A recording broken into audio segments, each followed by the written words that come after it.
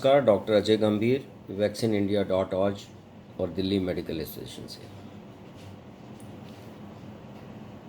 खबरें आ रही हैं कि हमारा जो इंडियन वेरिएंट था, जिसको हमने डेल्टा के नाम से बोला था, अल्फ़ा का नाम ब्रिटिश 117 को बोला गया था और 1617 जिसमें से 123 स्ट्रेन निकली थी, उसको हमने डेल्टा के नाम से बोला था। अब वो डेल्टा में ये देखा गया कि डेल्टा में भी बदलाव आ रहा है, डेल्टा भी और ज़्यादा लीथल होता जा रहा है।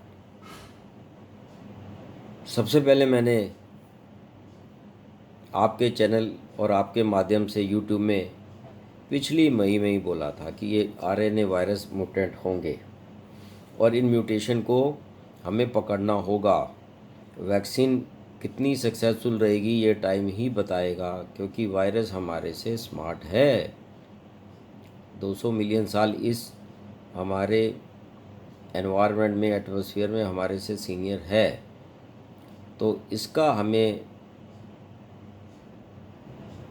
एविडेंस लेना पड़ेगा, प्रमाण लेना पड़ेगा। और ये जो है हमारी स्ट्रेन्स आई हैं, इसका म्यूटेंट जो आया है K417N, या हम उसको AY1 भी बोल रहे हैं, डेल्टा प्लस, ये आगे से लीथल होगा।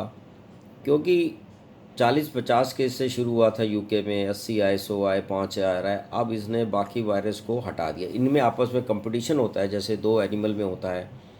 हम डॉग्स में देखें या टाइगर्स में देखें, एक टाइगर दूसरे टाइगर को अपने एरिया में आने नहीं देता, ऐसे ही ये वायरस दूसरे वायरस को मार देता है और एक्सप्रेस नहीं होने देता। तो ये स्ट्रेन जो हमारी है, इंडियन स्ट्रेन है, इस समय सबसे लीथल है। लेकिन इससे भी ज़्यादा, उससे भी अपने आप को म्यूटेट करके, जब हम उनसे लड़ना शुरू कर रहे हैं, उससे भी म्यूटेट करके उसको किया है हमारे को। और हमने अभी वियतनाम में भी देखा है कि ऐसी स्ट्रेन मिली जो यूके की स्ट्रेन और इंडियन स्ट्रेन से मिल करके एक हाइब्रिड स्ट्रेन मिली है। हमें हिंदुस्तान में अभी तक उसके 6 केस आए हैं, 10 केस आए हैं, बहुत ज़्यादा सर्वेलेंस रखनी पड़ेगी। जीनोम सीक्वेंसिंग, जीनोटाइपिंग फॉलोअप इस देश में नहीं होता था, जो अब शुरू हो गया है। और मेरा ये सोचना है कि सरकार और हमारी जो भी साइंटिफिक ऑर्गेनाइजेशंस हैं अपना इसको स्केल अप करेंगी प्रोग्राम, क्योंकि ऐसा है कि कम से कम 5% केसेस जो पॉजिटिव है उसमें हमें मिनिमम जीनोम सीक्वेंसेस करनी चाहिए, लेकिन इसको बढ़ा के वो 7 या 10% करेंगी, ताकि जल्दी से जल्दी हम पुरानी गलतियां को समझें और ना करें, और इसको जल्दी से जल्दी इस म्यूटेंट को पकड़ा जाए। हम कैपेबल हैं, हमारे यहाँ अब रिएजेंट्स भी अवेलेबल हैं, हमारे यहाँ लैब्स में भी अवेलेबल हैं। अब दिल्ली फरीदाबाद में भी लैब है, पहले सिर्फ पूना में थी, अब इंडिया में 12 से 20 लैब्स हैं जिनके अंदर ये हो सकती है, और सरकार इन लैब्स को भी बढ़ा रही है।